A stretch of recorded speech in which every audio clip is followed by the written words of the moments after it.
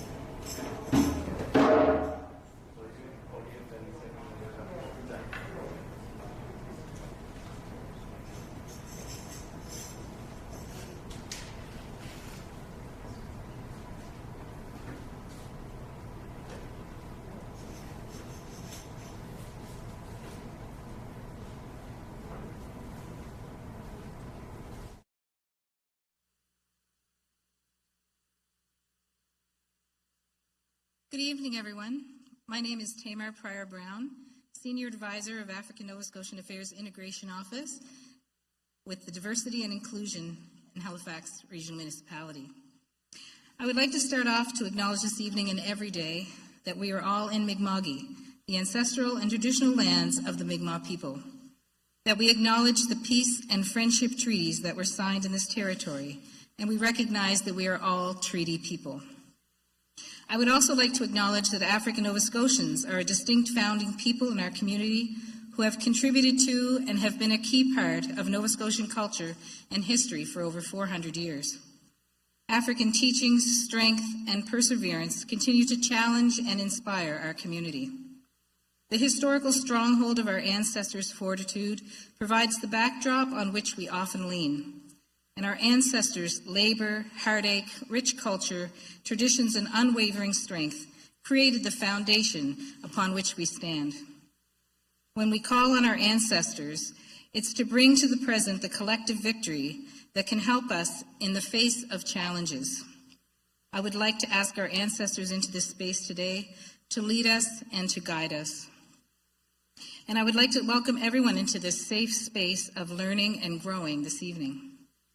Now I'm going to hand it over to my co-host for the evening, Mr. Russell Brooks, who is taking the place, filling in for the Director of Race Relations of Equity and Inclusion with the Human Rights Commission, Aladejebi, who had to unexpectedly step away this evening. But Russell actually is our anti-Black racism coordinator for HRM and also works out of the NCO office. To you. Thank you, Tamar. Good evening, everybody. I'll just quickly thank Io. I'm going to be reading his notes, so thank you, Io. I've worked with him in the past. Many folks know him. He's doing a lot of great work. So good evening. It's good to see everybody who's here in person and not the pixels on the computers and mobile devices. I'm excited for tonight's event, which hopefully will be the first of many ongoing partnerships between the Nova Scotia Human Rights Commission, Halifax Regional Municipality, and the Public Library. So it was March 21st, 1960.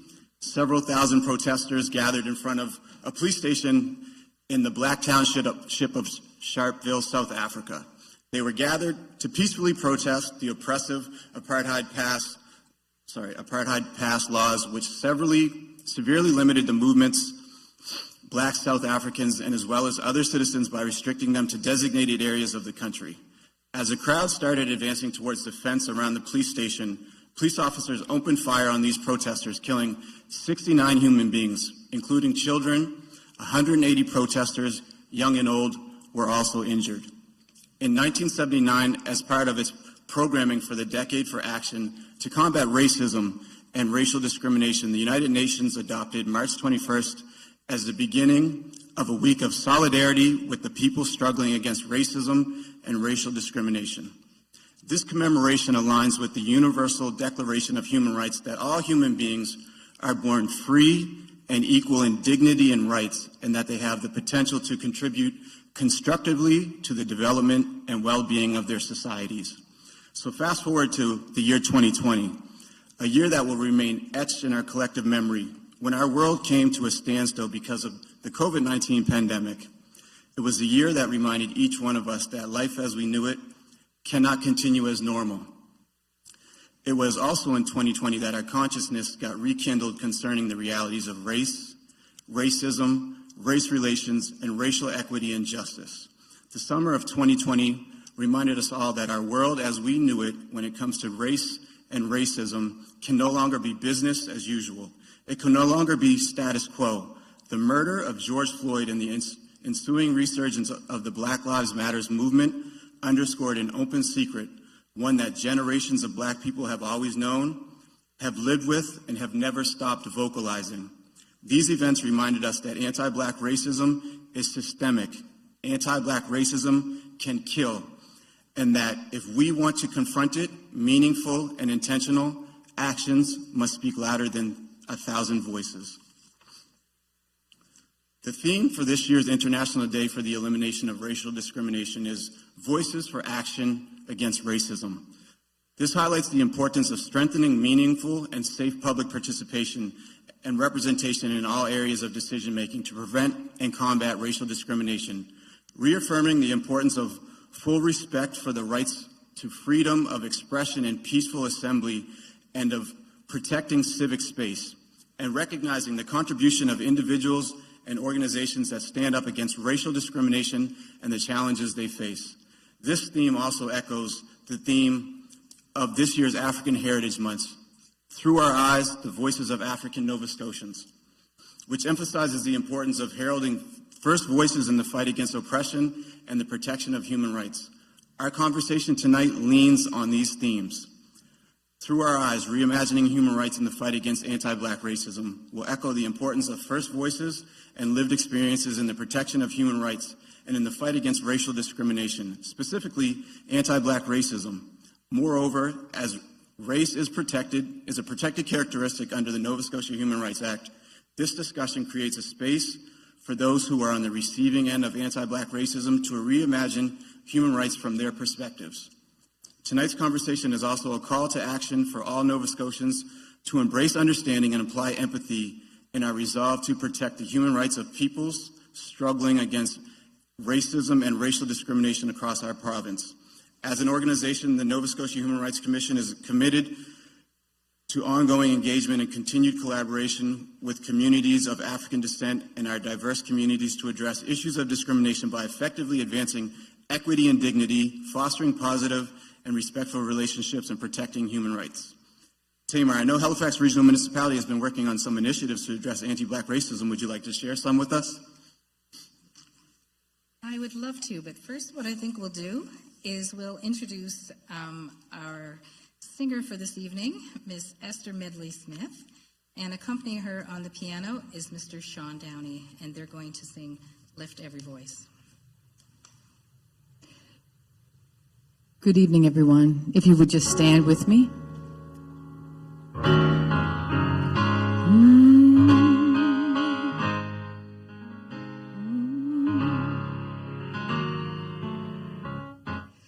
Lift every voice and sing till earth and heaven ring with the harmonies of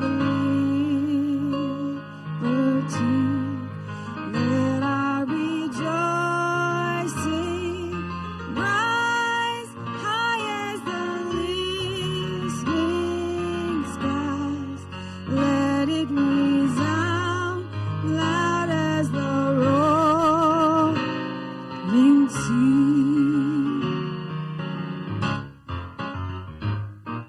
Sing a song full of the faith that the dark past has taught us. Sing a song full of the hope that the present has brought us. Facing the rising sun of a new day begun. Let us march on till victory is won.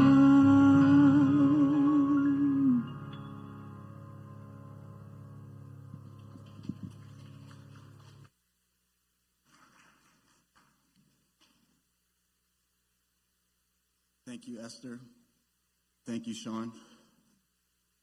And when we began tonight's event, the drummers that you would have heard, the Drummers from Home is a unique collective of individuals who have come together out of their love of African and world beat rhythms. Over the years, the group has developed a unique chemistry and worked hard to incorporate the various backgrounds and personalities of the players. So Robert Leake came to Drummers from Home in 2017. He's originally from New Brunswick. Robert brings strong Carib and African rhythms to the group.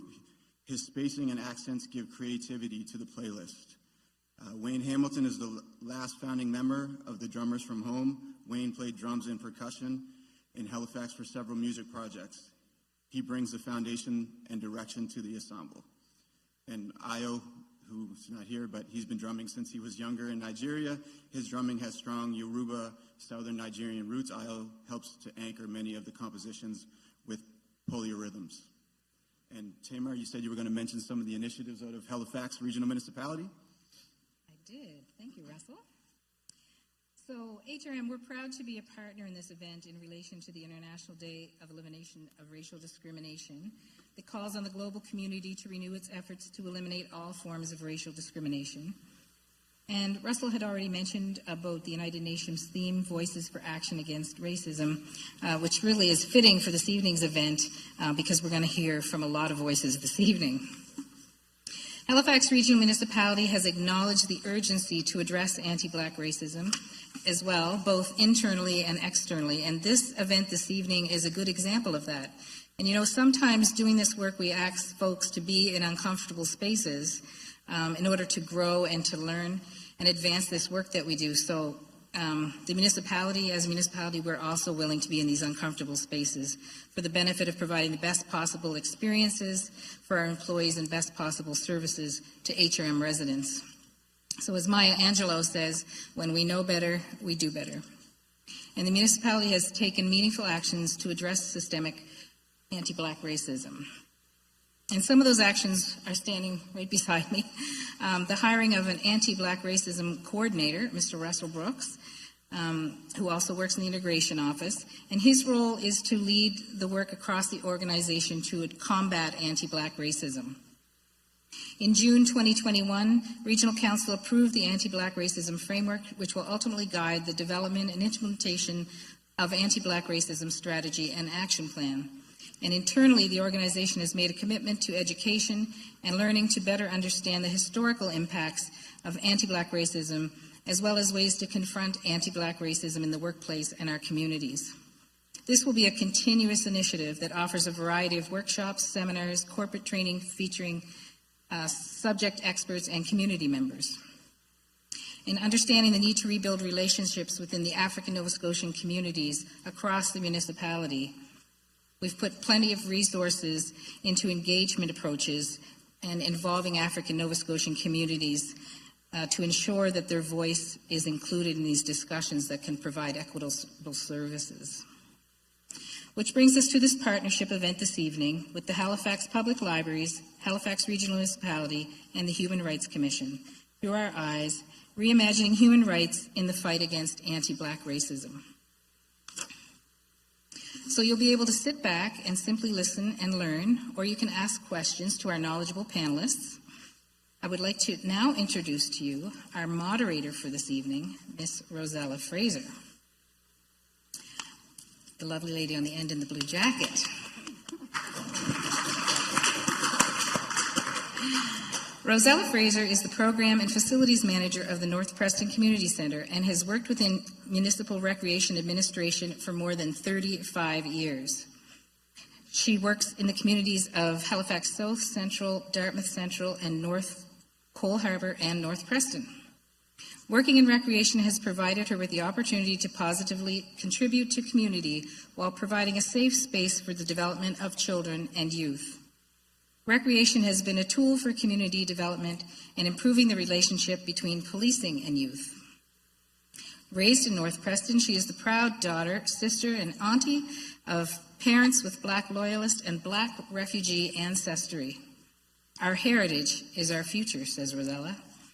As a young woman, she became aware that we lose our elders in community, then we lose our heritage. And as African Nova Scotians, it is said that our history has been passed orally to generations. However, that is not completely true in our experience. The hard beginnings of the people of the township of Preston and other Black communities has been left behind, eroding away as we have lost them.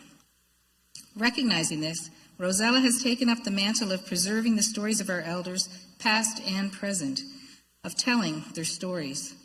These stories have not been told, and her work with the Nova Scotia Mass Choir has given her this opportunity, coordinating and producing the tribute concert for Reverend Dr. Martin Luther King Jr. and the great work done by African Nova Scotians within this province. She is also the creator of Towards the Elimination of Racism, a gospel presentation, which was produced for over 11 years in partnership with the African Nova Scotian Music Association, the RCMP, and the Black Cultural Centre of Nova Scotia, in acknowledgement of this International Day to Eliminate Racism. And most recently, Rosella participated within the Halifax Regional Municipality's CAO's Anti-Black Racism Committee in 2019 and 2020. She is married to local historian Sergeant Craig Smith, and together they have 4 incredible daughters. Rosella is very honored to have the opportunity to join our guest panelists in this very necessary conversation as our moderator. Could we have another round of applause for Rosella Fraser, please?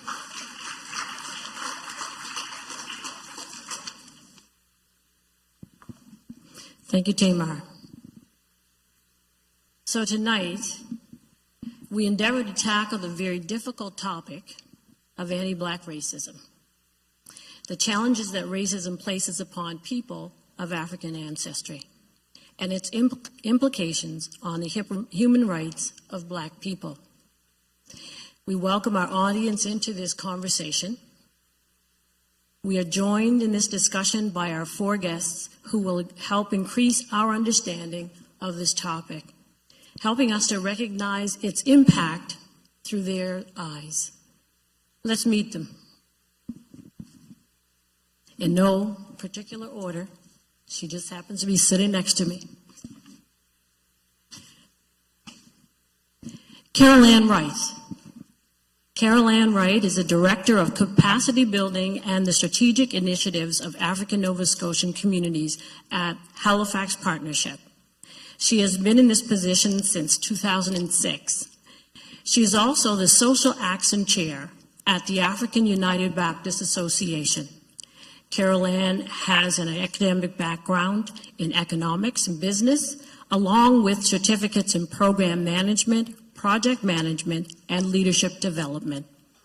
Carolann has worked in community and community economic development for over 40 years in locations including Toronto, South Africa, Ghana, and of course, Nova Scotia. Through her work, Carolann has led the development and the ongoing work of the African Nova Scotian Road to Economic Prosperity Action Plan, a community-owned initiative that is supported by the Halifax Regional Municipality, the Halifax Partnership, and some key corporate partners. In her own voice, Carolann reminds us what is most important to her.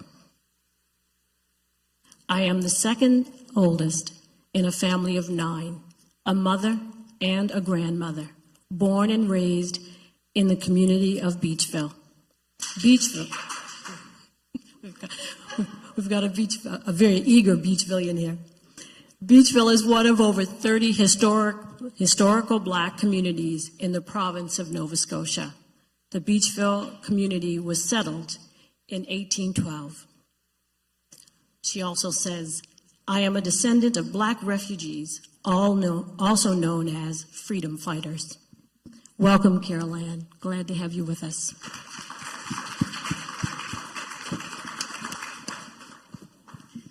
Seated next to her is Gyasi Symonds. And this is in his voice. My family are foundational Black Nova Scotians with an over 200-year lineage in this province. My mother and father are both activists and legends in their communities. I've been a human rights activist since the age of 13. I was born and raised in HRM. I have a history of challenging subservient bootlickers and racist, oppressive authority figures. I am not a member of the go along, get along gang. The only mentors I've ever had are my mother and father. Gyasi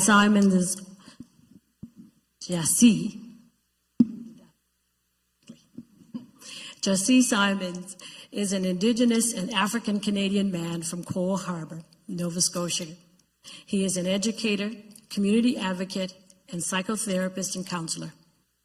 He has worked with youth for most of his life as an educator and mentor. Mr. Symonds is a well-rounded professional who has a wealth of experience in the areas of education, counseling, psychotherapy, social justice, community work, and sports. He has a Bachelor of Arts degree from St. Mary's University. He graduated at the top of his class from Mount St. Vincent University with a Bachelor of Education. Upon his graduation from Mount St. Vincent University, he was recognized with an award for academic excellence. Mr. Symonds is the first Indigenous Black Nova Scotian to graduate from Acadia University with a Master of Education degree. Welcome, Gyasi.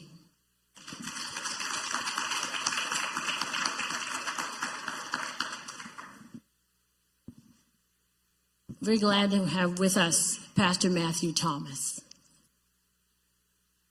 Matthew is from the beautiful community of East Preston, Nova Scotia. He currently serves as the associate pastor at Deepwater Church, where he oversees a multi-site and multi-ethnic ministry. He has a heart for church planting and the mission of Christ to make disciples. Matthew holds a BA in criminology from St. Mary's University and is in his final year of the MDiv program at Acadia Divinity College. Prior to vocational ministry, Matthew worked in the youth justice system as a caseworker coordinator for the Nova Scotia Restorative Justice Program in Halifax region. Matthew is a servant leader and a gifted communicator. His desire is to help people find their identity in Christ so they can live out their God-given purpose. He's passionate about social justice issues and believes the church ought to have a prophetic voice in the face of injustice affecting our city and world. Welcome, Matthew.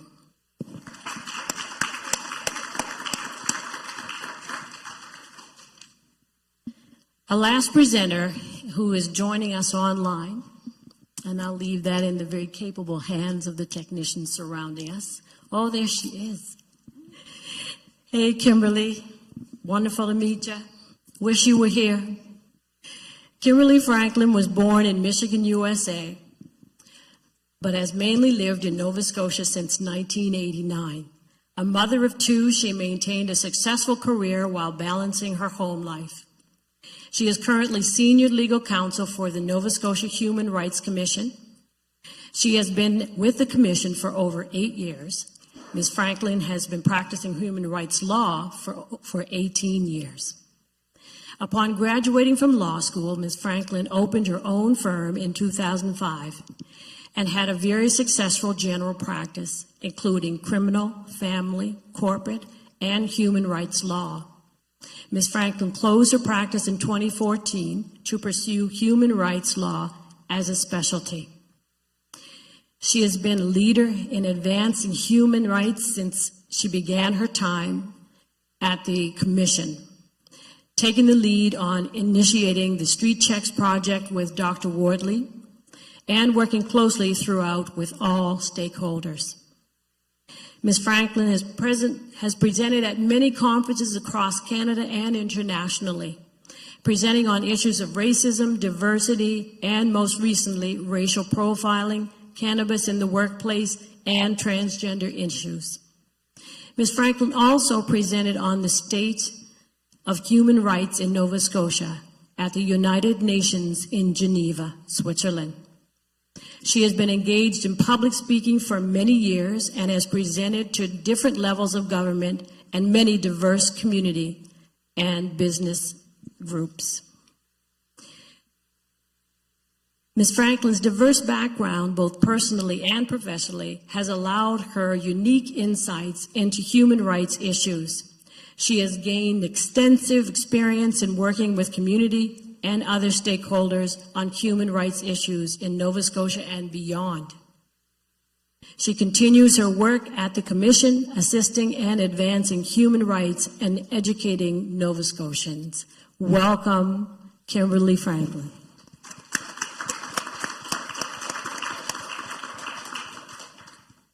So where we're going to go now is I have a few questions or just a question I'm going to pose to each one of you. And we're going to start with the reluctant Carolann Wright. I only say that because she just was telling me that she doesn't want to go first. She doesn't want to go first. But Carolann, I know you got this. So what do you feel should be considered when looking at the impact of anti-Black racism and its influence on the lack of economic growth within the African Nova Scotian community? Test. Okay. That's a very loaded question, but a very good one.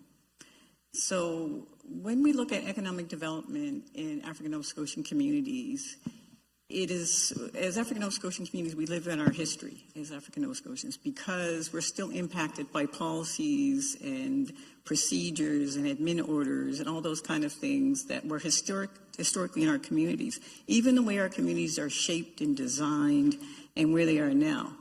And it's really important to look at that.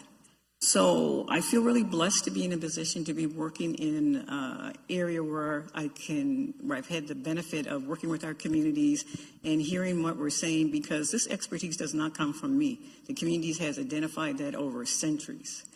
When I had the opportunity to go back and look at the number of organizations, when I started this in 2006, that's a long time ago. When I went back to do this work, I began to look at the myriad of organizations that were doing this since the 1800s, even further back. And the AUBA is the oldest organization in terms of advocacy, activism, and people might not want to give it that credit, but it deserves that credit. And not just because I'm a part of that, but was the beacon for us when we arrived. It is the place where they advocated around education, they advocated around community, employment, all those types of things. And as other groups and organizations evolved, I think the group, organizations stepped back a bit, but it was our first group that did the advocacy. What is really important to understand about economic development and economic growth in Black communities is that the history of Nova Scotia and Canada is on the backs of First Nations, Aboriginal, and Black folks, right? Because what are our commodities in terms of economics? They are about land and labor, the most expensive commodities. And if you decide as a society that, okay, we know how we can do this, so to pure oppression and aggression, those things that still have an impact on us today. So it's really important to understand how our economic strategy and our economic foundation had been developed. There's many ways to go on this, but I'm going to kind of stay with Dalhousie. For example, a study was done. I don't know if many of you had an opportunity to look at that. But you can see Lord Dalhousie, one of the purveyors of that strategy.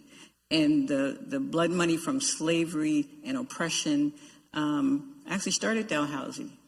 So if you don't know, now you know.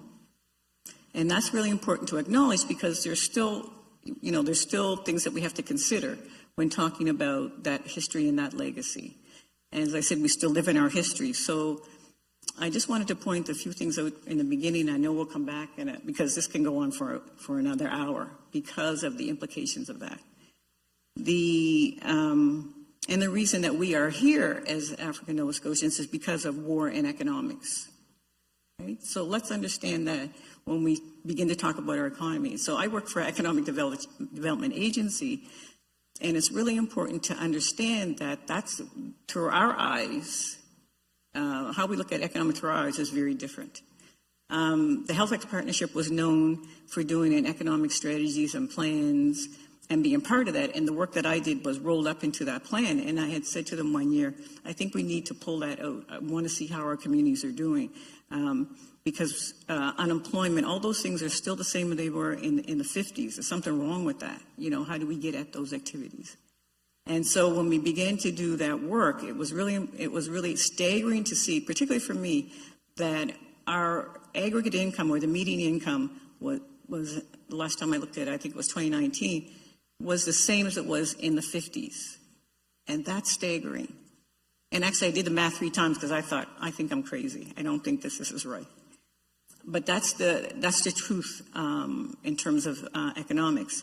And that has an impact on a couple of things. When we look at the Separate School Act that was developed, that was something that impeded the growth in terms of our economic well-being, people being able to be educated, getting employment, et cetera. The employment issues, and I'm going to say this and relate it to an organization, and another reason was racism in employment. This is not new. That has been since we got here. The first race riots in North America were in Birchtown, over economics, over employment, right? Let's understand how that works. The Human Rights Commission, as it is here, was the genesis of that, and the initiator of that were Black folks, because we couldn't get jobs. Couldn't get employment, no matter how educated. We had folks that were educated, could not get employment. So folks did a little test. My mentor, Burnley Jones, was involved, in several others, and I have to always bring him into the conversation because he is so important to me in a lot of ways, along with my folks.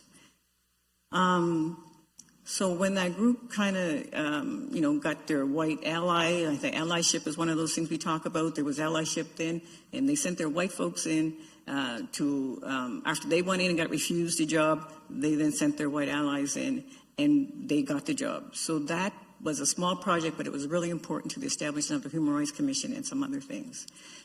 And we began, and we're still in that space. We're still we're kind of changing the conversation about what economics is, because we cannot talk about economic development or economics the same way the broader society does, the same way white folk does. It's a different conversation.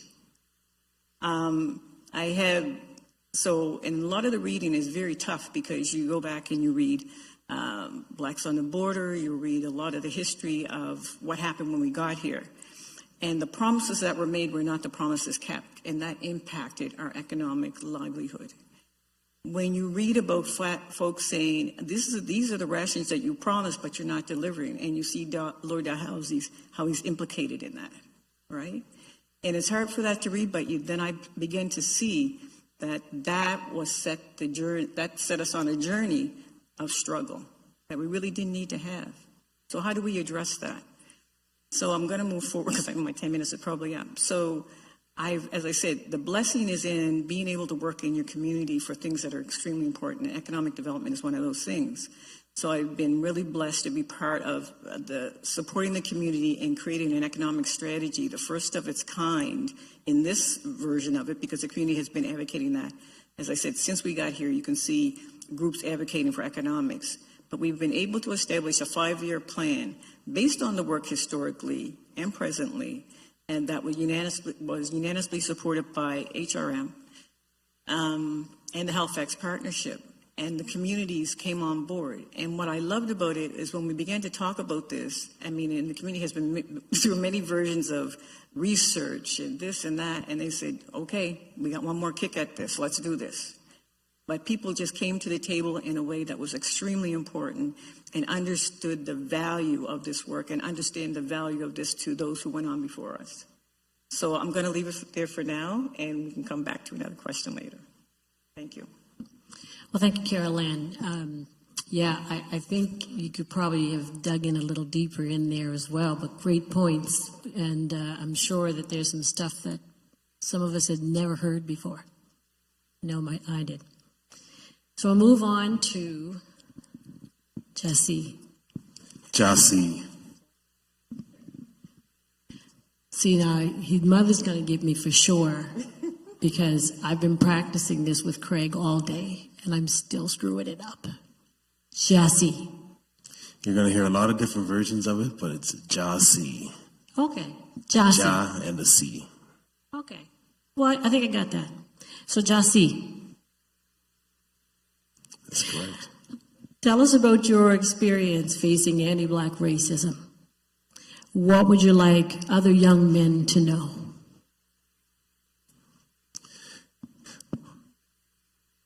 I'd like young men to know that there are many ways that racism can interrupt your life.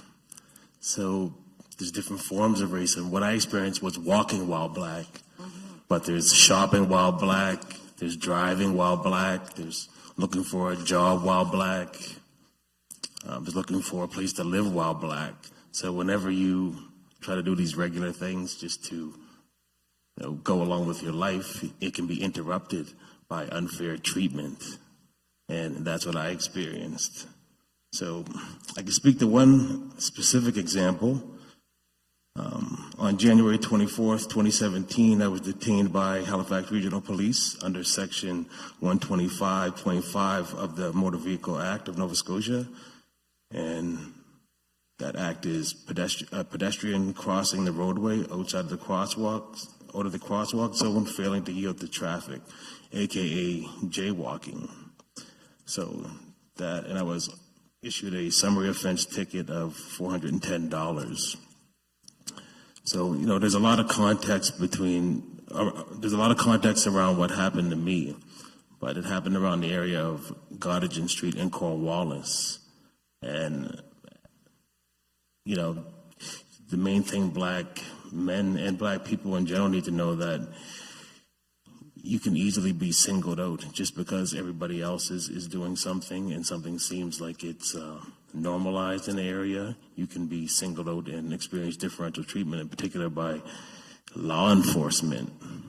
And on that day, my life was interrupted by just doing a basic task like going to get a coffee in the morning, something that all of us do. If we work in an area where there's a coffee shop, you might cross the street to get one. That's normal. If you live in the area or have been around the area of Gottingen Street in Cornwallis, then you know that that's a high traffic area.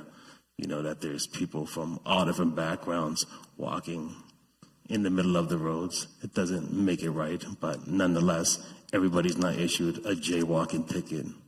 But on that day, my life was interrupted and I was humiliated by law enforcement in front of the Nook on Gottingen Street and in my place of work. So the other main thing that, Black people and anybody that's experiencing differential treatment needs to know is that there's options when it comes to dealing with these things. There's processes that exist that, we have to have the courage and the bravery to pursue. So if there's something that you can get down in writing, then it's your duty to use those processes and submit them and hold people accountable. In general, I'd like Black people to know that, society is tactless when they deal with us day to day, whether you're in the grocery store, just day-to-day tasks. People are just generally disrespectful. The service delivery when you go to different facilities that you may pay a membership to, where you work, your general interactions with other people always at a lower disrespectful level with no tact whatsoever. And, it's so normal to us that we don't even really realize it. But when you're maybe with a white friend or around white people, then you might notice a major difference in the way the interactions work when just going to do a day-to-day task. I want people to know that it's not about just being called the N-word or being killed by police. It's your day-to-day interaction. So we're talking about microaggressions, people, gaslight Black people all the time. So just know that when you're experiencing these things, it's not just in your head. It's not just you. It's something that actually exists. It's something that you're experiencing. So don't internalize it. It's a force of nature that you have to live within, and you actually are experiencing it. So don't let anybody tell you that what you're experiencing doesn't exist, because the comeback for everything nowadays is, oh, that's just your perspective. Anybody can say that. This is the easiest comeback, but really it's not your perspective. It really exists in reality, and that's what you're living from day to day.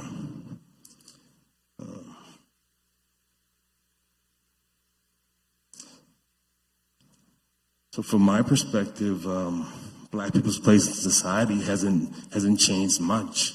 So, we shouldn't be walking around like things are okay just because there was a Black Lives Matter movement, or because we've had, somewhat of momentum over the last few years. I think we have to be aware of, the nuances and some of the progress and also some of the drawbacks of that. So just know that, the fight against oppression and anti-Black racism is not over because of Black Lives Matter. Things are still happening, and if anything, things have become more complicated now. There's a lot of, before now when you make a complaint or you deal with the process, we now have a lot of corporate Black shields and a lot of Black frauds that work within companies to actually undermine you. So you have to understand that there's actually black people that exist now that are there to undermine any of your complaints. So if you're a black person, it's even harder to make a complaint now. And, these people are there for a reason. So just understand that as well. So there's so many things that I'd like people to be aware of, and so many places I can go with that question. But speaking to the day that I experienced on January 17th, sometimes your life can be in danger as a result of anti-black racism, sometimes from law enforcement, sometimes from unfair enforcement of the law in our communities. The day that I was humiliated by law enforcement, they had their hands on their guns, unbuckling the little buckle they had to take the gun out. It wasn't just resting on their belt, it was actually on their gun handle. So at any time, your life could end. So as a black man or as a black person, you have to understand that anti-black racism could mean your death, and that's a very real reality. Just carrying yourself a certain way, carrying yourself with dignity and pride can make you a target for anti-black racism. You're expected to walk around submissive with your head down, especially if you're a black man. So just carrying yourself a certain way, walking straight up with your chest up and your head held high, that's almost illegal. I think that's part of the reason why I was detained by 2 law enforcement on that day. And I have to say their names. It's an officer named Constable Logan and Constable Cadeau. They work for Halifax Regional Department. So those were the 2 officers that interrupted my life on that day. So, when I speak to anti-black racism, there's so many ways that it affects our life. Ms. Wright just spoke to all the economic effects to it, and it trickles down to every other part of your life as well.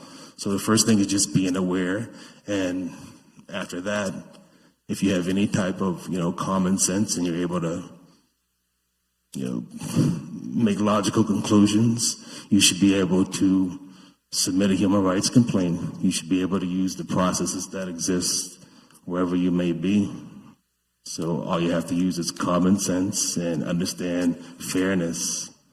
And if you use that type of logic, then you should be able to win any type of complaint where you've been treated wrong. And I'd also like to say that, after that situation, I filed a human rights complaint, and I won my human rights complaint, and I represented myself.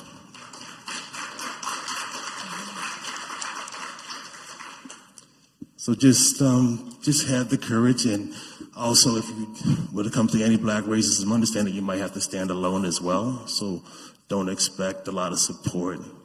Be able to have the courage to stand alone and actually tell your story. Don't worry about if you have people with titles and backgrounds and perceived credibility. Just tell your story, and the truth will come out. Thank you, So I'll Gyasi. end it there for now. That's great.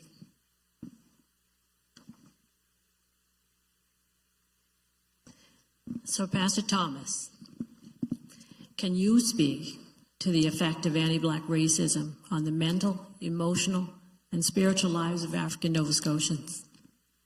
Yes, thank you for that question. That's a very big and important reality of maybe a particular impact of anti-black racism that we may not consider its effect. But I would say anti-black racism is a traumatic experience for individuals who experience it. As you just shared your story, I hear trauma, I hear dehumanization. And not only just at an individual level, but also as black people, we're a collective communal people. So when an incident happens to one person, it affects all of us. When a little boy is shot and killed, we all grieve. When black people are dehumanized via anti-black racism, I think about the situation that happened to Dean Symonds, for example, if you're familiar with that. Dean, who is the second in command of the largest police force, I believe, in Atlantic, Canada. who's spearheading an initiative to retrain police officers, and him and his wife, who is the MLA for the Preston area, distinguished black folk, I would say. And they were driving in their vehicle coming from North Preston, I believe, and they were pulled over, arrested at gunpoint. And I remember when I heard the story and I spoke with Dean, I felt dehumanized, because sometimes I might think, I'm doing my thing, I'm trying to make strides in life. I might have a certain profile, certain cachet, certain credibility, but Dean has a lot more than I have, and if he's reduced to a profile by virtue of poor police practice, that was just really dehumanizing for me to witness. And I'm sure for a lot of black people, situations like that is not just an individual that's impacted. We're all collectively traumatized by anti-black racism that exists in our society.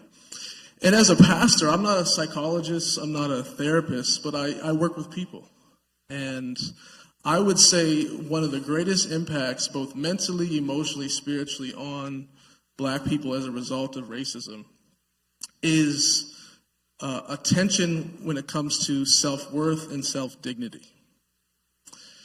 When you exist in a world, in a society where all of the images, a lot of the portrayals, a lot of the experiences promote a dehumanization, and not only just that, I share with my brother similar experiences of being profiled by police. I've been pepper sprayed by police for no reason.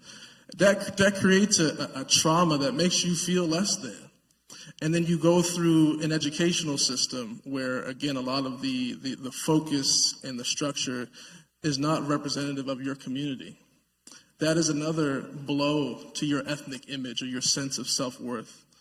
And so, as a result of those kind of collective traumas and experiences, a lot of people that I minister to or pastor or have conversations with, and even myself, I work through a lot of racial trauma.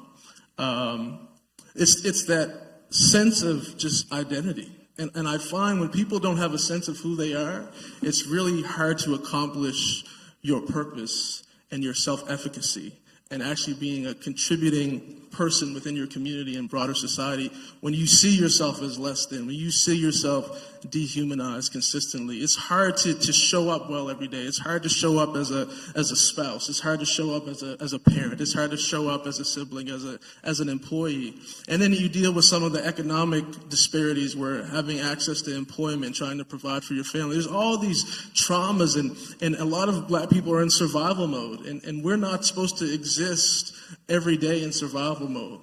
That creates a physical impact on your body and on your mental health.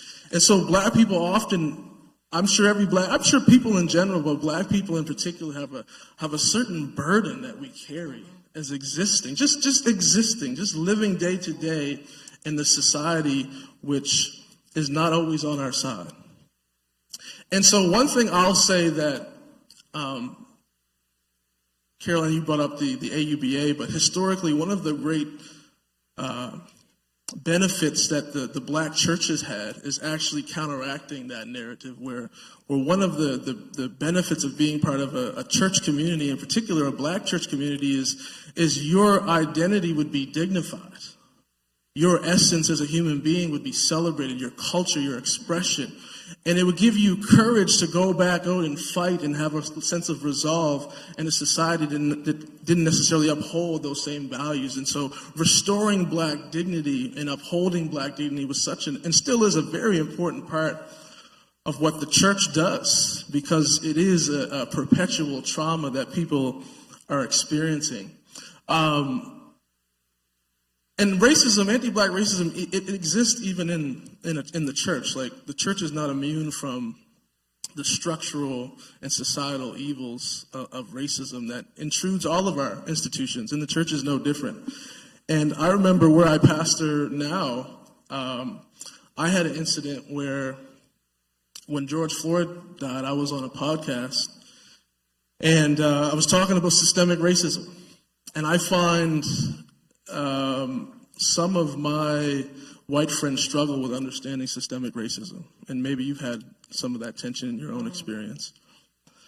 But after I did the podcast, I was talking about that particular issue, and this person sent me a Facebook message, and he was just nasty about him pushing back against my position on systemic racism. He didn't think it existed. And this was a member of my church. And so I at this time, I couldn't even really handle this person's comments because I'm already just, again, that collective trauma of just watching a black man get killed by the police with the police officer's knee on his face. And I'm also just trying to manage my own emotions with that. And then I have this person who just is so insensitive. And I think that's one of the biggest things that impacts the mental and especially emotional health of black people is when our desire to just have empathy and sympathy and just human decency is dismissed. Just that. Think about, and I mean, I could use an equivalent example if you were to tell a rape victim not to be victimized. It's insensitive and traumatic and re-victimizing.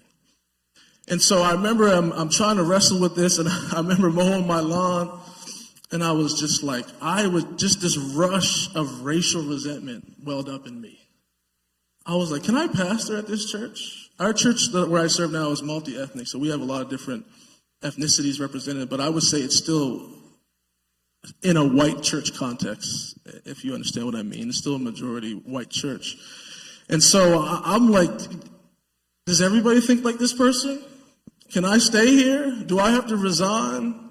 What is going on? So I have all this self-talk going on in my head, but it also, all the experiences of being profiled and being discriminated against, particularly by police, it all started to rush back to the surface.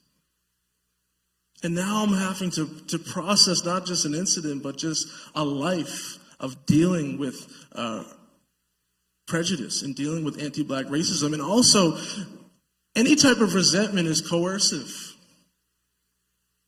It's coercive. Holding on to bitterness, resentment. And even though those feelings have a place to be expressed when you've been victimized, it actually holding on to it affects your quality of life. It affects your happiness, it affects your peace, it affects your joy. So I think counseling, I recommend everyone get counseling, but especially black people having counseling. And I think that's one of the great services the black church, the AUBA church offers, is to have leaders that look like you to talk about issues. I think we need to talk about these things. We are under significant trauma. We have to talk. And black anger is real. Black anger is real. And ultimately, anger is actually a God-given desire for justice. But when it's not dealt with and talked through, it becomes a weapon of mass destruction.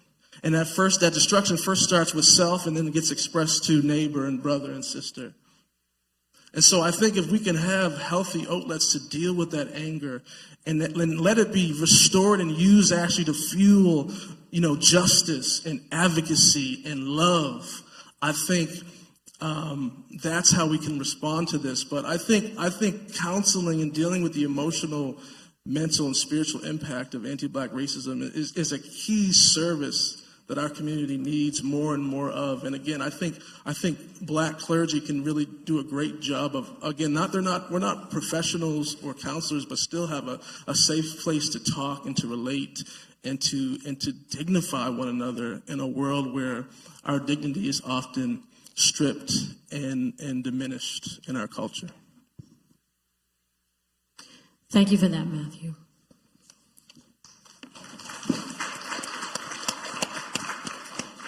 So joining us online is Kimberly Franklin.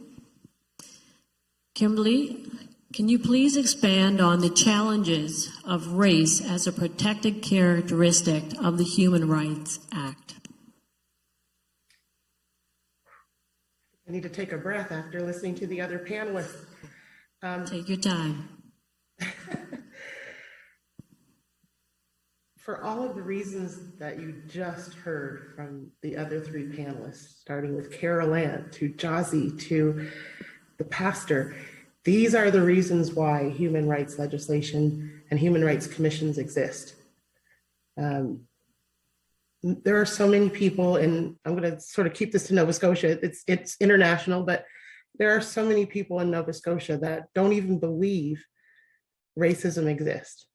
They don't believe the stories that are told. They don't believe even the silliest things that cause trauma. And I'm going to tell you a story, and I've told the story before because it is the most ridiculous thing I've ever heard, but it started, I was going to an office for business, and the person I was going to see has a dog in the office, and it's somewhere I pass frequently. So I love animals, so I'm always talking to the dog through the glass. So when I walked in the office, the dog came out and started barking. And then the owner came out and said, "Oh my God, I'm so sorry. My dog is racist. It only barks at Black people."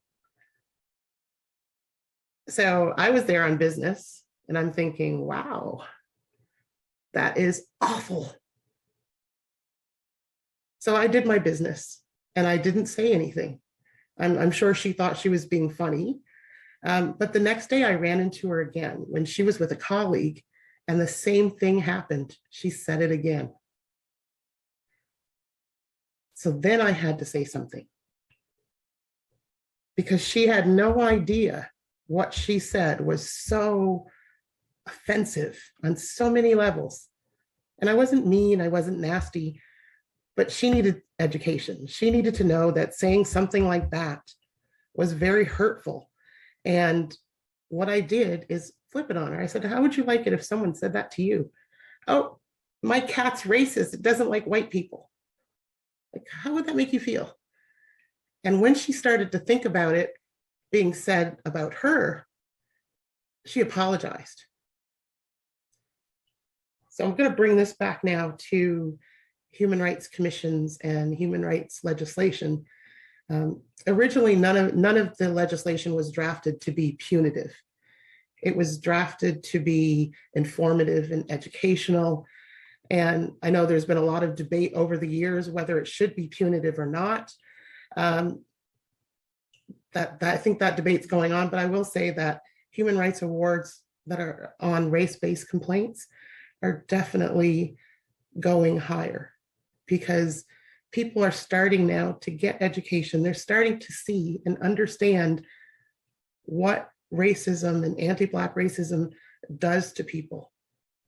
So what may seem like something so ridiculous and small, like the dog barking at me and the woman making the comment, that wasn't to me, that was huge.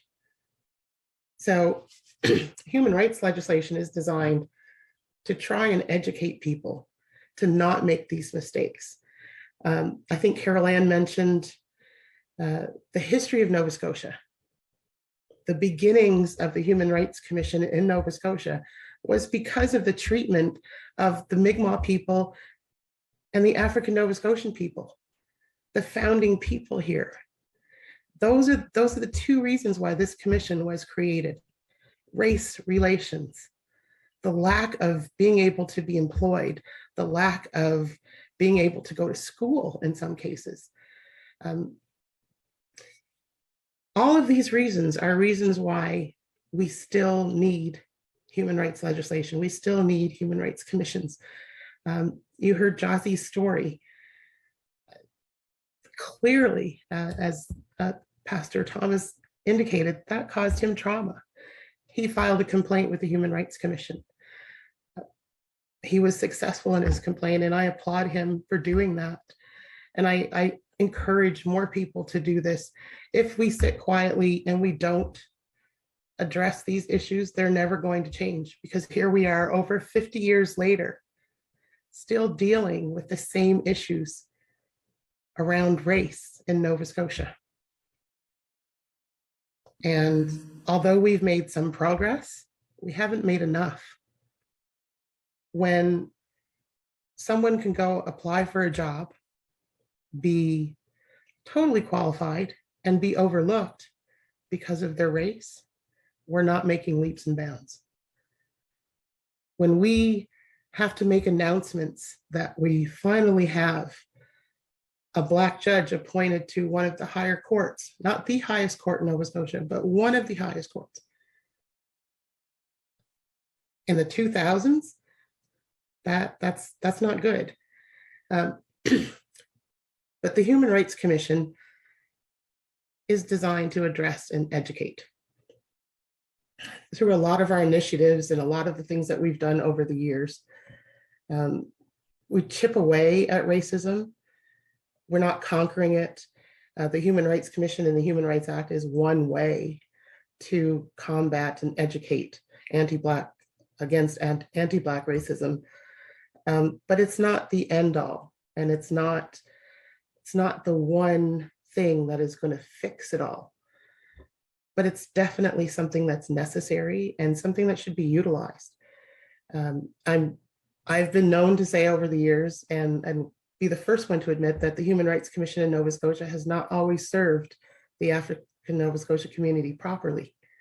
I'm hoping and keep hoping that that changes and will change. So there are things that we can do, and doing events like this and being able to speak in a safe place and being able to voice and hear all of these stories. I just hope that so many people are out there and listening and wanting to hear them and trying to understand what people of African descent are dealing with. And as Gyasi said, on a day-to-day basis. It's not a one-off incident. This is daily. I make a point of, when I go into my office, if something happens, I make a point of telling everyone in the office what happens, because then they know how often I personally have to deal with racism. I don't do it in a nasty way, but I do it in a way that makes them think, because not everybody understands. No, we all walk in our own shoes. We all live our own experience. And through education, we hope that we can get people to understand what it feels like and what it's like and what it does to you. And hopefully get people to not treat people so awful and with indignity. It's a very emotional subject, and it's one that nobody likes to talk about, which is one reason why I actually like doing presentations, because racism and race in the human rights realm always gets tucked underneath everything else. You know, we look at our Human Rights Act, we look at the history and the way this act started. And now we have all kinds of other protected characteristics, which is great, and we should have those. But when we start discussing human rights in general, racism always falls down to the bottom. Everyone wants to talk about everything else, but not racism. So this is why there is a need for a Human Rights Commission, and this is why there's a need for a Human Rights Act to protect against racism. I'll always be an advocate against racism. I come from a mixed race family, so I have racism in my own family even. And it's very traumatic to live with. And I hope that for everyone listening, that you do learn some things and try to educate yourself and be an ally and step forward. You know, when someone makes a human rights complaint, or when you see someone suffering in indignity, speak up. It doesn't matter what race you are, what color you are, what creed, anything, speak up. That's what we're here to encourage you to do. So Kimberly, I just wanted to ask you to if you could talk just a little bit about the difficulties. What are the difficulties with having, you know, a charge of racial discrimination coming to the Human Rights Commission?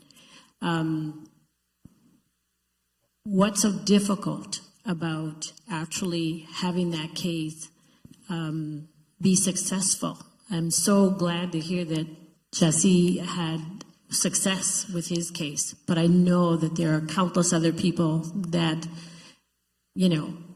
they just aren't successful. If you can speak to that really quickly, and then we'll.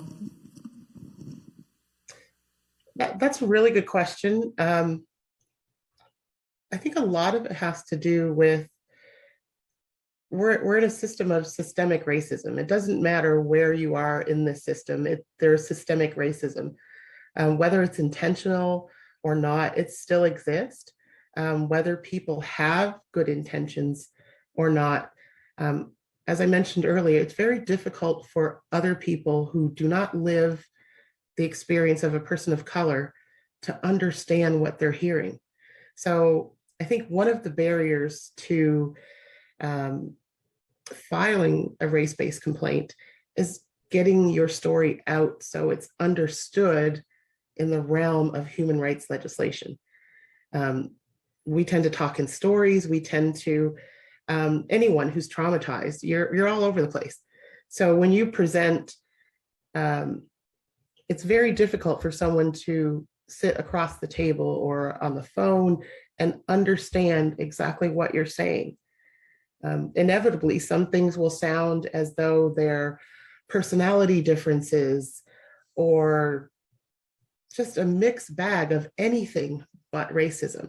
So I think that's one of the big challenges, and that's a challenge for any human rights commission, is to deal with educating our staff so that they can understand. And it's not that the staff don't want to understand, it's just very difficult to try to put yourself in someone else's shoes when you have no idea what that's like. The other point I'd like to make on that question is around the intersectionality of protected characteristics. So sometimes we'll get a race-based complaint, but it's not just about race. It could be a combination of sex and race, or disability and race. And then again, sometimes the race aspect falls down because the other aspects are so much easier to deal with. So what we need to do, and what we try to do, is bring those forward. But education and getting community members and people to talk about race is a big help, because when you start learning, when you start hearing, sometimes it takes one story to bring something to light and make you get you to understand what you're actually hearing from someone who's trying to file a complaint. But yeah, there are definitely barriers and there are definitely difficulties, but I still think there's usefulness in human rights commissions and legislation. If there was nothing there, then how would we educate our society? How would we hold some people accountable and some entities or businesses accountable for some of the decisions that they're making? It would be very difficult. So I think having a commission and having a Human Rights Act is something that we need to do. And I'm hoping that government, community will support that and give us the resources that we need so that we can carry on the work. Okay, thank you. We've heard some really clear points here. Thank you to our panels for just sharing and bringing some remarkable things to light. I just wanted to pull some of it out. Just the difficulty in having a race-based case brought to the Human Rights Commission and its ability to respond.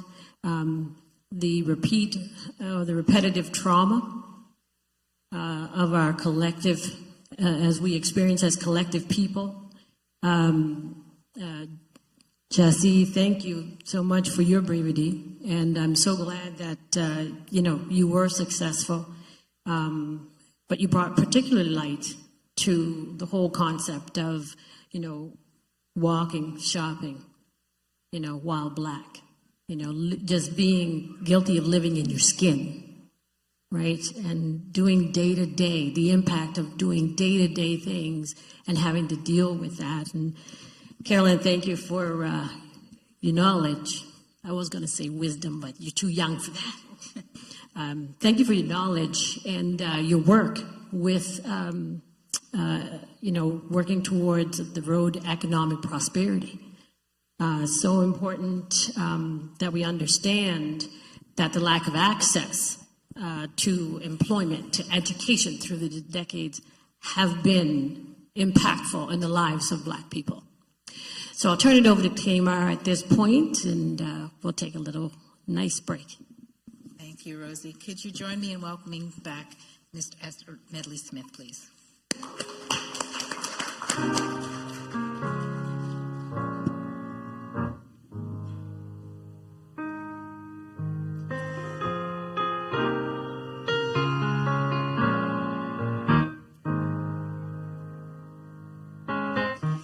There will be mountains that I will have to climb, and there will be battles that I will have to fight. But victory or defeat, it's up to me to decide. How can I expect to win if I never try? I just can't give up now. Come too far from where I started from. Nobody told me the road would be easy, and I don't believe he's brought me this far to leave me. Never said there wouldn't be trials, never said I wouldn't fall, never said that everything would go the way I wanted to go. But when my back is against the wall and I feel all hope is gone, I just lift my head up to the sky and say, help me to be strong. Oh, I just can't give up now. Come too far from where I started from. Nobody told me the road would be easy, and I don't believe he's brought me this far to leave me. No, you didn't bring me out here to leave me lonely, even when I can't see clearly. I know that you are with me, so I just can't give up now. I've come too far from where I started from. Nobody told me the road would be easy, and I don't believe he's brought me this far to leave me. I just can't give up now. I've come too far from where I started from. Nobody told me the road would be easy, and I don't believe he's brought me this far to leave me.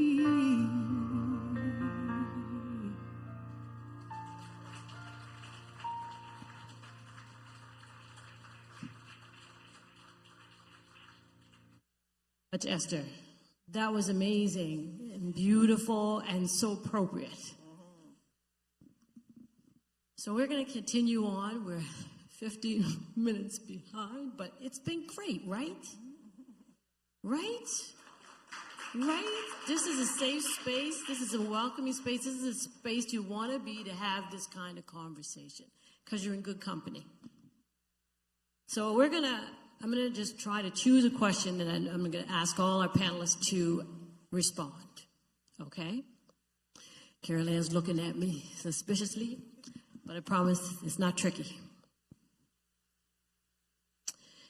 Okay. So, in reimagining human rights, if you could change one thing to affect the negative lived experience of African Nova Scotians, what would be at the top of your list? If you could change one thing. Is that a good one? Okay. In reimagining human rights, if you could change one thing that has negatively affected the lived experience of African Nova Scotians, what would be at the top of your list? So Carolann doesn't have to start this time. So one of you guys can start. Yeah. There's so many things, but if I had to choose one, it would be reparations, mostly financial. So they'd have to go back through the history and figure out how you can calculate the suffering and everything that was taken throughout the last few hundred years. So I started off with financial reparations, and then some type of land reparations, and different types of tax discounts, and different types of tax breaks and whatnot to compensate for the hundreds of years of suffering.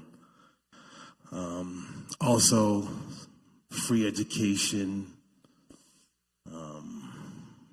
Just the only way they can compensate for the tremendous amount of suffering is financially. There's really no way to make up for the generational trauma, psychologically, economically, and I feel that it starts with financial reparations, and then everything else can trickle down from there. So if I could only choose one thing, it would be financial reparations, and not just a little bit of money. I'm talking millions of dollars per family, so not just a couple $1,000s or, a little bit of change just to make it go away. It has to be like generational wealth and calculated and, calculated in some type of logical way. I don't know how I would break it down, but there'd have to be some professionals to do that.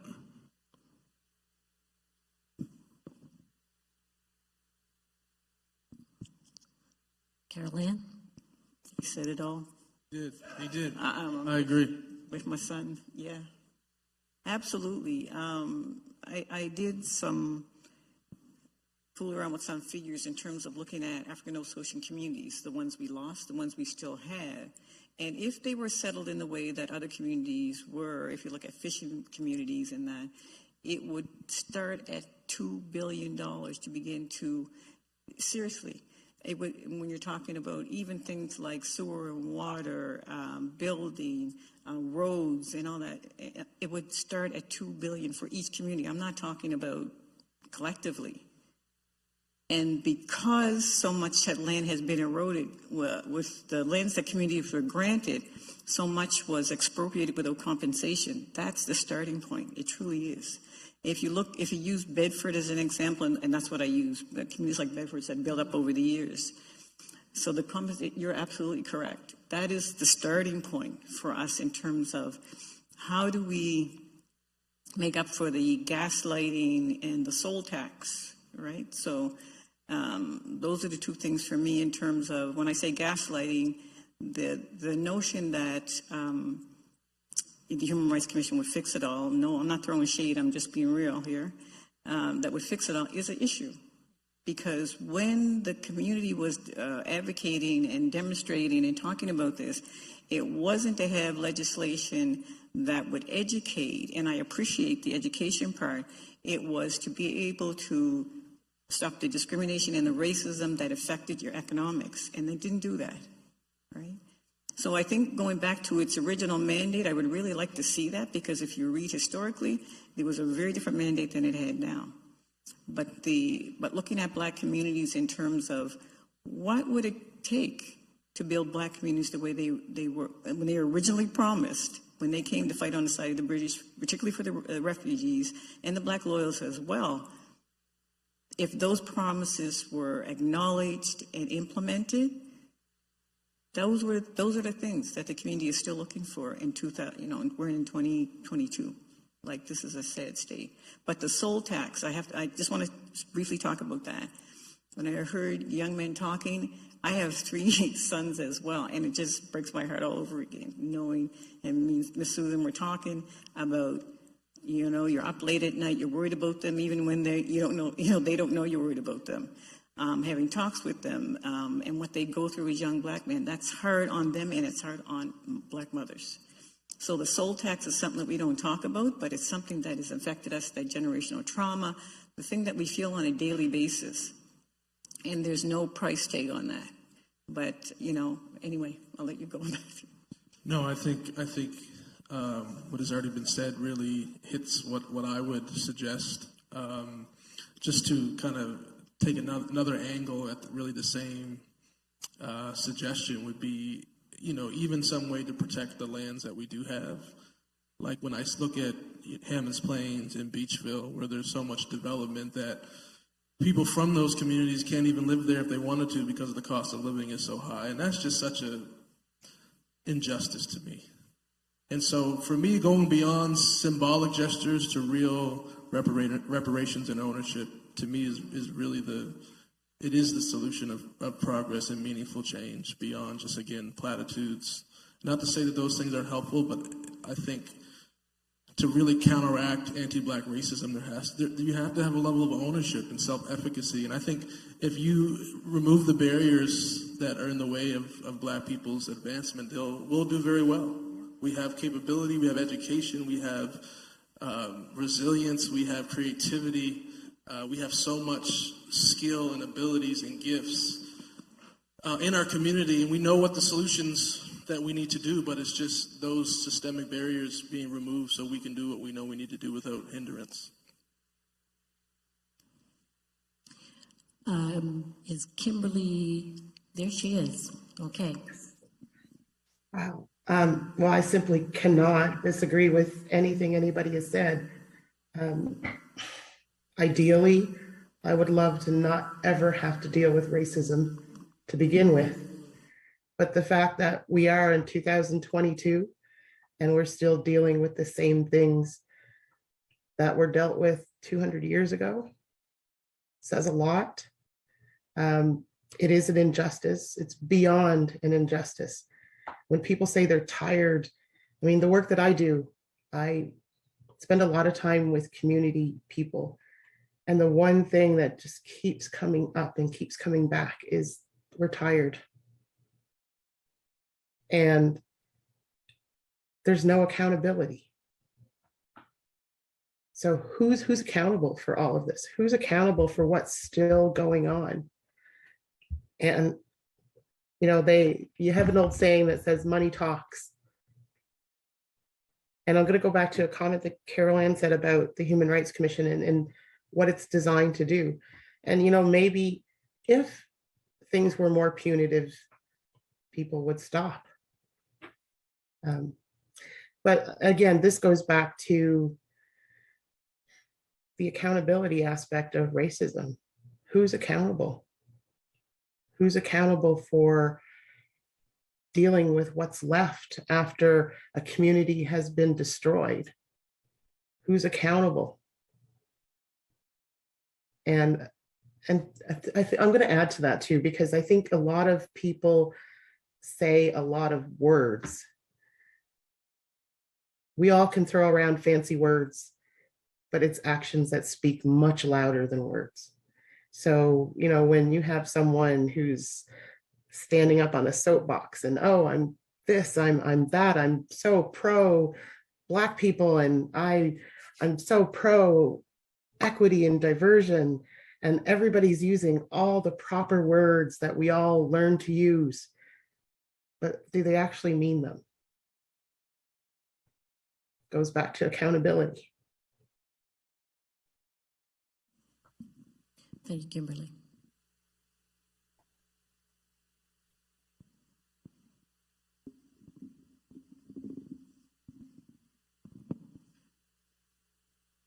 There we go. My tech savviness or lack thereof is showing.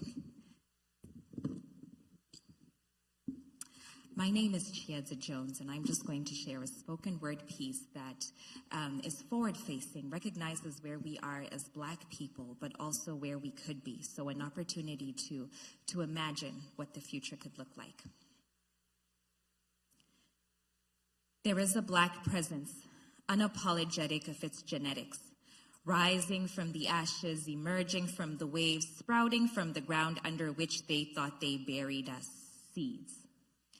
And we did not submit, for under the weight of your less than, we found our utmost, and those hands they shackled, clasped together to pray freedom into future generations, so we could stand in the fullness of who we are, Black and proud. There is a Black thought, decentralizing struggle from its identity, because we are so much more. We are Black boy joy and Black girl magic, and they despise our celebration because they cannot quite grasp it. The movement that we move with, the rhythm of our movement as we dance to the beat of our hearts. Hearts stopped, hearts broken. It's a wonder that these hearts are still open, tired but hoping. Hearts keeping hope alive and not in empty statements of DEI by performative allies who are lying, but hope in who we are, who we've always been. And you'll catch glimpses of that in Black representation in places we never imagined, giving youth the opportunity to dream dreams they can finally see, because you cannot dream what you cannot see, and you cannot believe what you cannot perceive. So how can it be if I've never seen it as someone who looks like me? Black judges, Black doctors, Black entrepreneurs and engineers, Black astronauts and presidents, marine biologists, Black excellence. And I pray when they ask you what you want to be when you grow up, you say Black. And you recognize that by God, you can be anything you want to be with that. And there is a Black tongue that speaks very good English, because colonization shoved it down our throats to take hold of our insides as we spoke, yet we are unapologetically Msizi, Chiedza, Nkobile, Tatenda, and as per Umpile, if you are a fire, do not answer when they call you a spark. So no, you may not call me something easier instead, because my name bears a calling you cannot comprehend, and you may choose to denounce what you cannot pronounce. My bet is on them knowing our names someday. Because there is a Black body whose hair stands defiant and strands hold one another in embrace as they place their presence in boardrooms and C-suites, head of the table seats, and Black excellence speaks wisdom, innovation, speaking to one, speaking to nations, but there is a Eurocentrism that resists it. Not because it doubts Black excellence, but because it fears it. For what kind of people ride on the waves of their trials? And what kind of people multiply even when they're oppressed? Well, I will ask you, how does coal become a diamond when it is pressed? Its value, its beauty, our sheer strength. May we behold ourselves with wonder. We are the ones we've been waiting for. We are the ones our ancestors were praying for. And may our children look back at our present as a gift. Standing on our shoulders, may they rise as we lift. And we will do it with support, or we will do it in spite of oppression, because our greatness never needed their permission. We are Black bodies, we are Black tongues, we are Black thought, we are Black identity, we are Black people, we are Black. And by God, we will be anything we want to be with that. Thank you.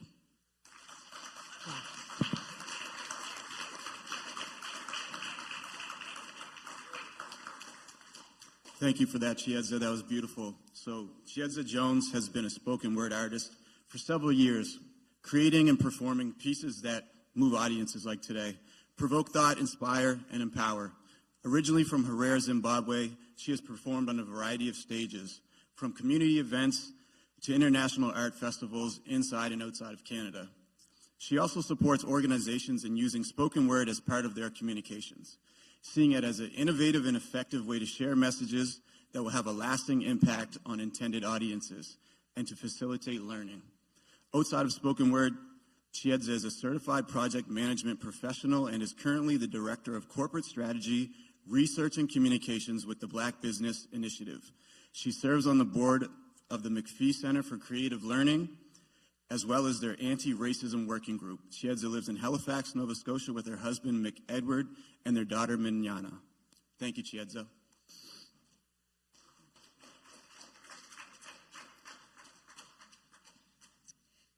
Okay, everybody's looking pretty comfortable, but we can fix that. If you notice the mic over to the right, and there's this podium too, if anyone would like to come up here and speak. At this time, we're going to invite everyone to come and ask a question to our panelists, or you can just make a statement or a comment, but we invite you to do that at this time.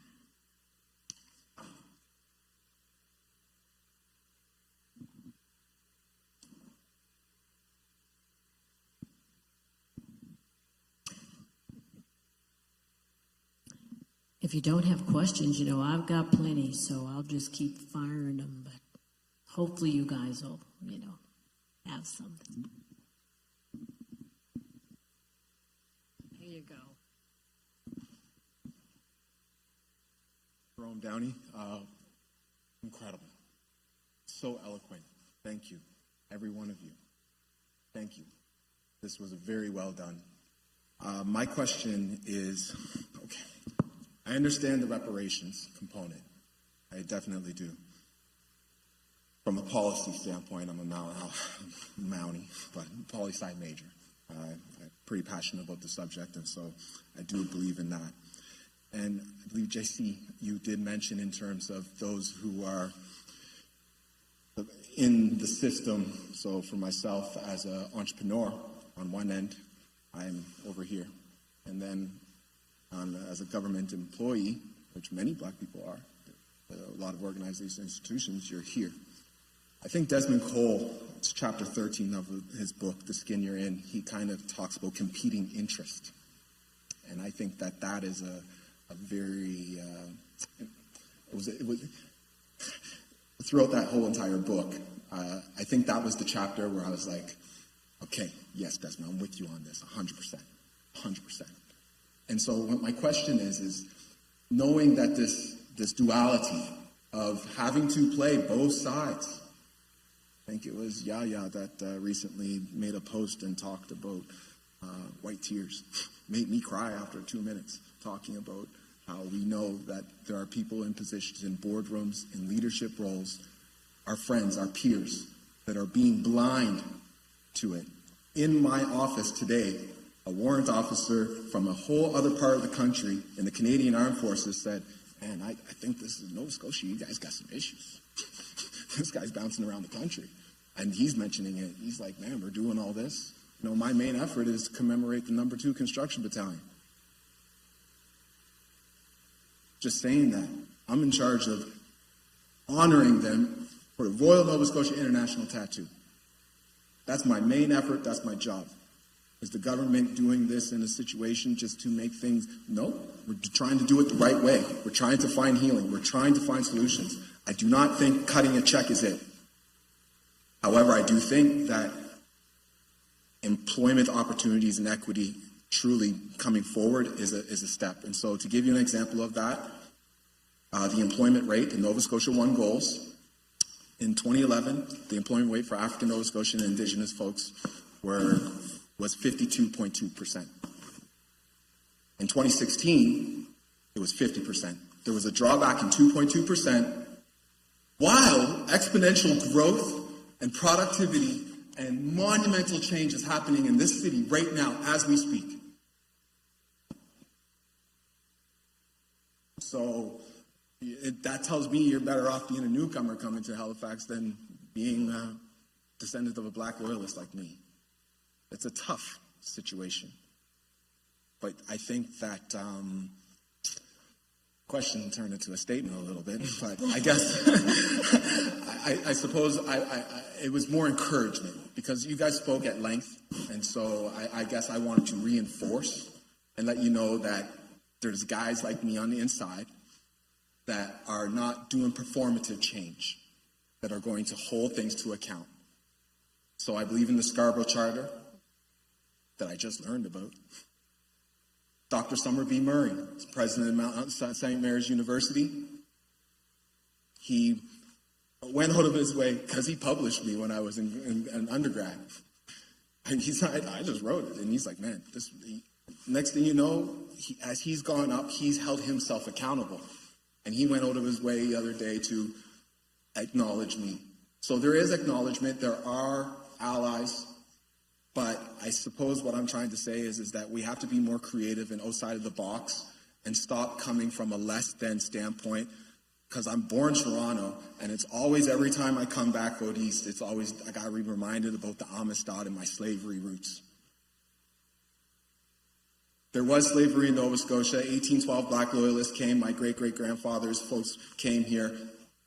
In the British Empire, there was slavery at the time, and wasn't abolished until 1833. So here in Nova Scotia, in the legislature, we can come out and say, yes, we are a slave province. This is what transpired and happened. But we really need to hold our government leaders account. I believe, and I'm really happy about Angela's running. I see there's a lot of movement, but I think it needs to be less talk and more action in this province. And I'm happy for the action that you guys are taking individually within the realms of your influence, and with all the cooperators and everyone that facilitated this evening tonight. And so with that, I'll leave it at that, and I just want to say thank you. Thank you.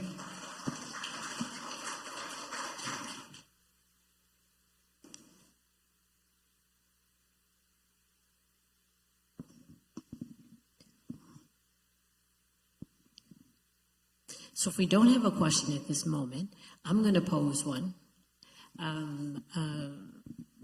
Mr. Downey there he entered the subject of the role of allies, so I have a question around that. What do you guys feel are the role of allies in upholding human rights and addressing racial discrimination? So that's for everybody, whoever wants to answer. The role of allies. What do you see as the role of allies?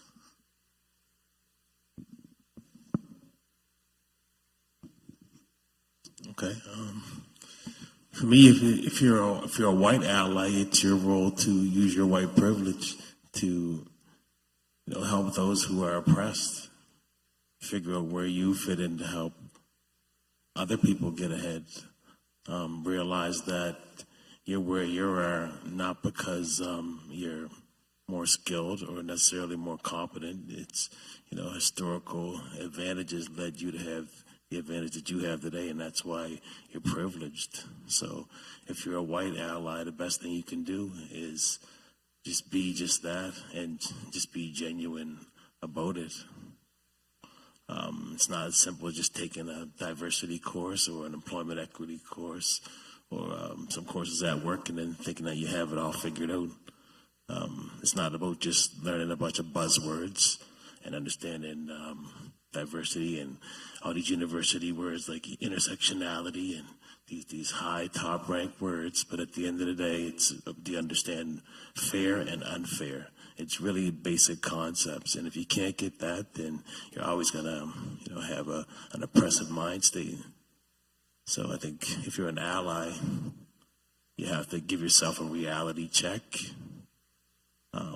understand your privilege, and if anything, use your privilege to benefit those that are oppressed, like I said. Also, don't minimize your black friends or your non-white friends' experiences. If they say they experience racism, listen to them and try to use it as a learning opportunity for yourself, based on what your friends are experiencing.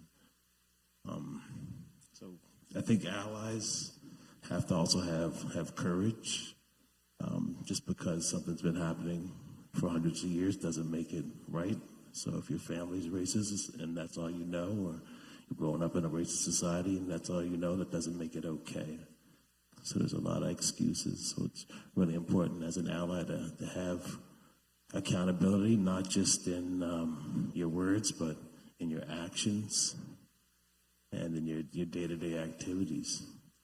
So it's really self-accountability for allies. There's not much else I can add to that. Yeah, that's good. I would say just fundamentally understanding that Black people have the capability and desire to fix our problems and our what we think is the best solutions possible. And so allowing for being a good ally, I think, is kind of coming alongside that versus having a posture of dictating or having a posture of saving or having a posture of arrogance or, I've done this program, or similar to what you were saying about I have this training, but having a posture of humility and trying to come alongside and empower and partner in a way that uses privilege to support, but not to solve. I don't think we need allies to solve Black problems. I think we do need our allies to help remove some of those barriers, especially where a lot of the majority culture, allies in the majority culture, are in a lot of positions of influence that reinforce or maintain some of the disparities or the structures or in political offices. And so I think there's just a fundamental understanding that Black people are passionate, have a sense of what we need to do, have capable people, competent people, and really, I think an ally, having a posture as just an invited guest, I think that's a good posture to have. And I think coming alongside, looking to partner, looking to engage from that posture of humility and using your influence and privilege to maybe go into rooms that we're not in yet, or inviting us to those tables and allowing Black people to speak about their issues, I think will go a long way.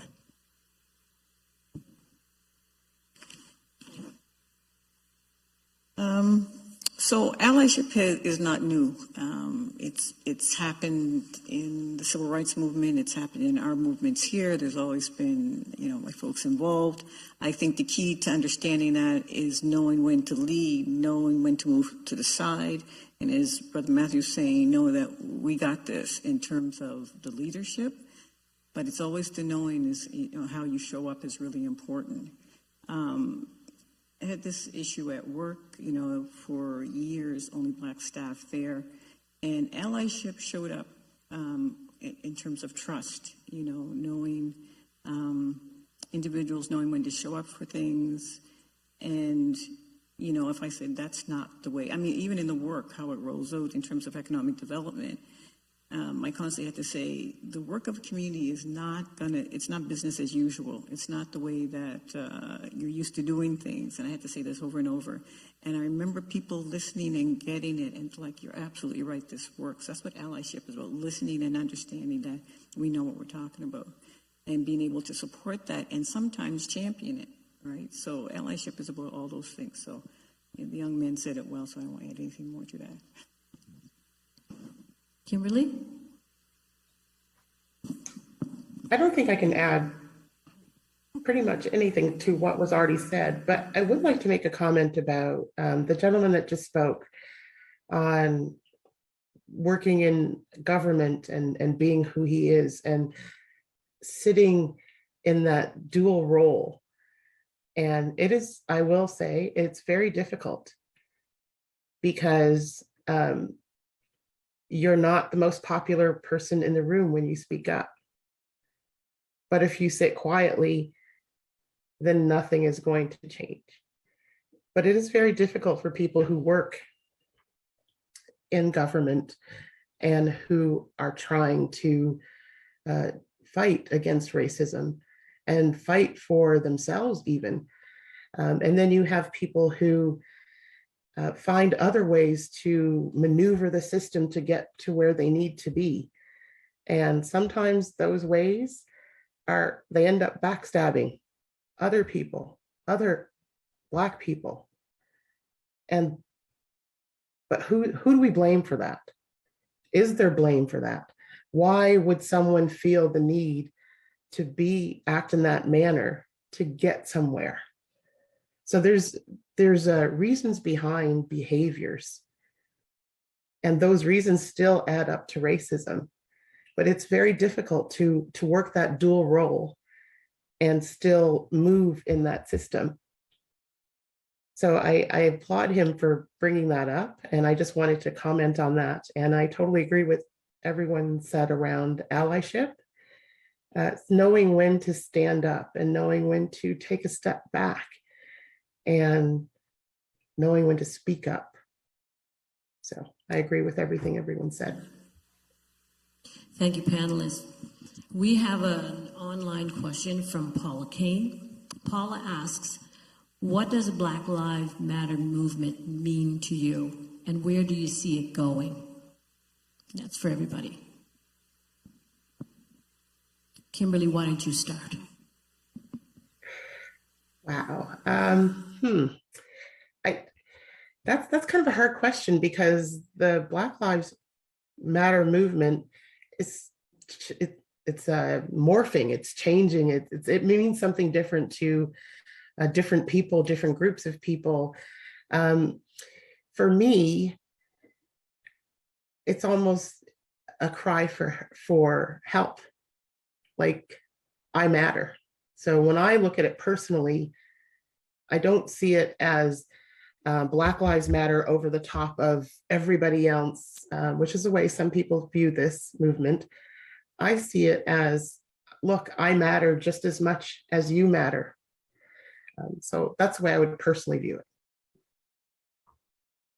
Thank you. Anybody else want to respond? It's an extension of the work that the community has been doing, and I don't want to call it a struggle because it sounds so pejorative and negative, but the work that the community has done over the years, the advocacy, the activism, is just a continuation of that in a different form. And I love the way young people showed up for the movement. It's really important to acknowledge that.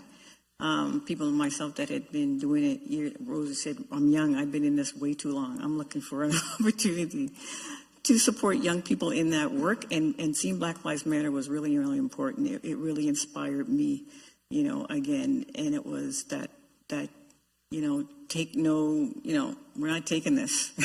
We're not taking this sitting down. We're going to tell you how we feel, and we're going to do it loud. We're going to do it proud. Gyasi?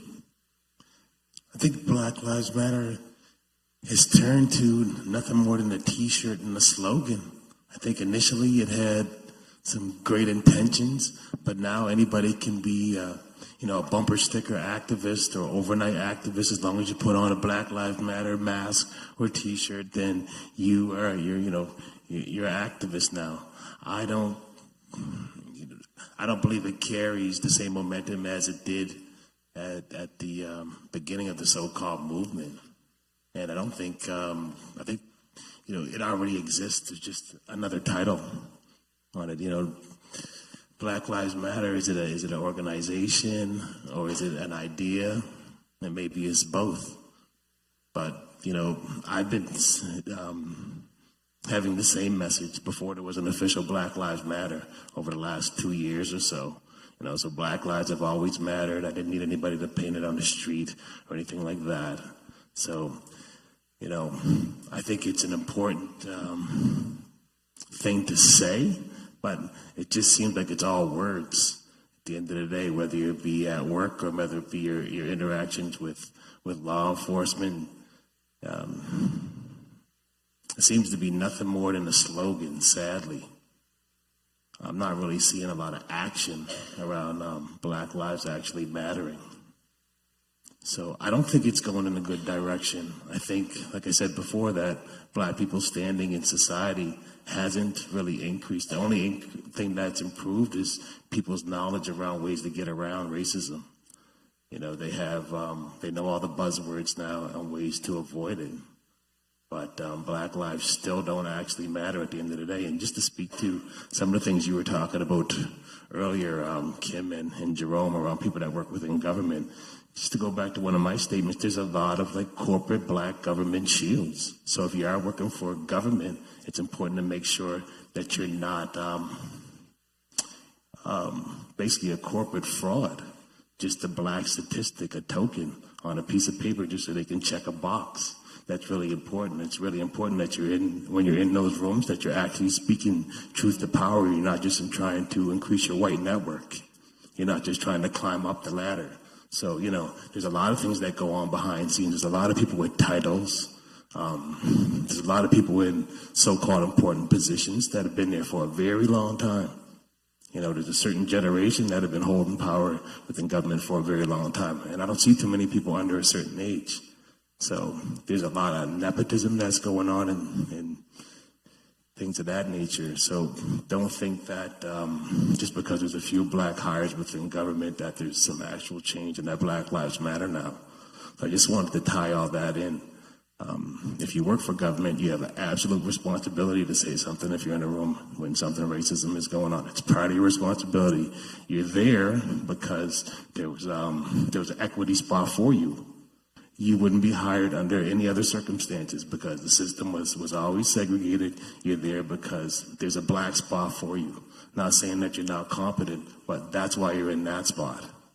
So it's your duty to speak up when unfairness is happening.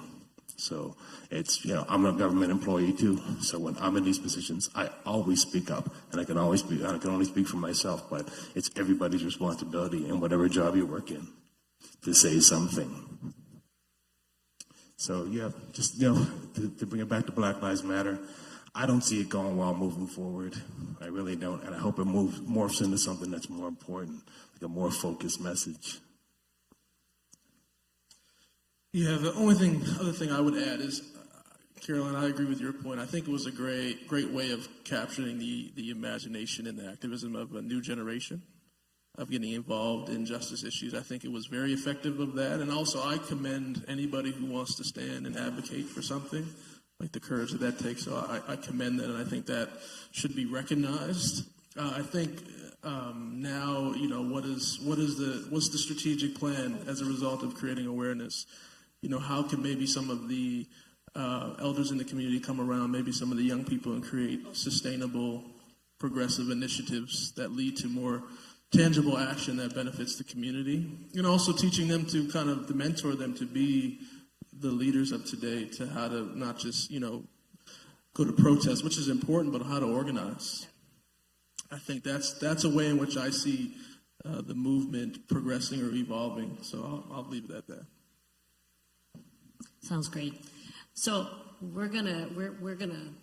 I'm gonna look out into the audience and see if there's anybody that's dying to ask a question or to make a statement. Okay.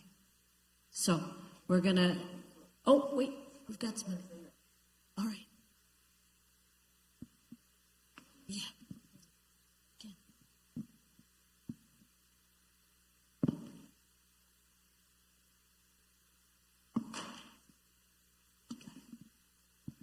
I'm not going to say too much, but what I am going to say, give credit to everybody that spoke tonight. I'm very well acquainted with all the families, and I'm very proud to see this come out of our indigenous Black Nova Scotian communities. And that being said, like Gyasi said, he's my son. As far as Black Lives Matter, most of us, some of us here, like myself, I'm a senior citizen, we've been involved in this for a long, long time. I would say I've been involved in this for 50 years, and the reason I have to say this, from where I see it was in 1970 when Kimberly spoke about the Human Rights Commission. I was one of those students who went out and did the tests for the jobs and apartments. And I have to say this as an elder in my time of moving on from this world. It saddens me. This is why it saddens me that 50 years later, I can listen to Matthew and Gyasi, my son and my friends, children, and they have to still deal with this 50 years later. Something got to change. 50 years later, Gyasi and Matthew still have to speak about this. That's it. Really, when she sang the last song, I was stopped myself and crying. I went to university almost 50 years ago, and I thought by the time, and I knew Gyasi and Matthew, I was a teacher in their school. I never thought 50 years later, these young, educated men had to sit there and speak. And Matthew brought tears to my eyes, and so did Gyasi. So did you, Carolann. But you know what I mean, right? Because you have sons yourself. These are the children, and we as grandmothers, and even if the children are 30s and 40s, like people always ask me why I don't sleep. I don't sleep because as a parent, when you have a black son, you don't sleep. You don't sleep when they're out. And 50 years later, still the same. So I commend all of you. I commend you, Carolann, for bringing your beautiful wisdom. And Gyasi and Matthew for speaking the truth. And I feel we as elders did the best we could because we had to break down the doors and nobody wouldn't let us in. Those of us who were first. And it said that we broke the doors down, and as Gyasi said, we have Black Lives Matter, we have equity. And I'm going to slam the equity positions. I am going to slam it. I don't care if I take heat for it on tape. We have too many people who got jobs based on equity, and when they get in the job, they're afraid to do what they're supposed to do. And I have lived experience in it. If you're appointed to a government job as an equity officer, as a human rights officer, when people come to you with discrimination, don't try to make them feel like they're crazy. And I would defy anyone to speak to my experience on this. If you're going to get those equity jobs in government where you're supposed to make change, and you can't, don't take the job, because it's a shame. People like me, we sat on the tables to get those jobs, hoping that when you got in those jobs, you would be a beacon of courage. And most have been disappointments. Now, as an elder here, I reserve my right, as people in the AUBA would say, I reserve my right to say these things and the disappointments that I see. And Gyasi and Matthew, especially to you, I applaud you. I know it takes courage to speak. And as an elder and having gone through 50 years, and this is where we sit, we should not be proud of ourselves as a society. And I'm going to end on that. I could go on all night. Thank you, everybody, for the wisdom in the room.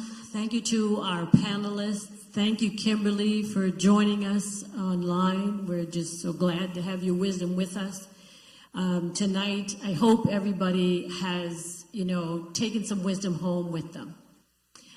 It's a difficult conversation, but it was one that we certainly must endeavor to have, right? Listening to Susan, little has changed.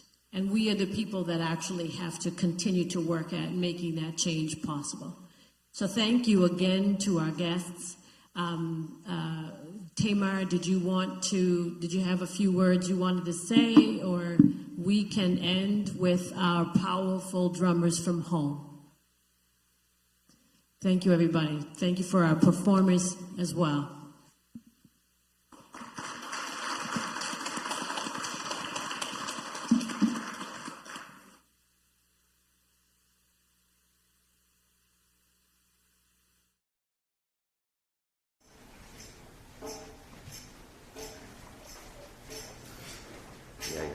I just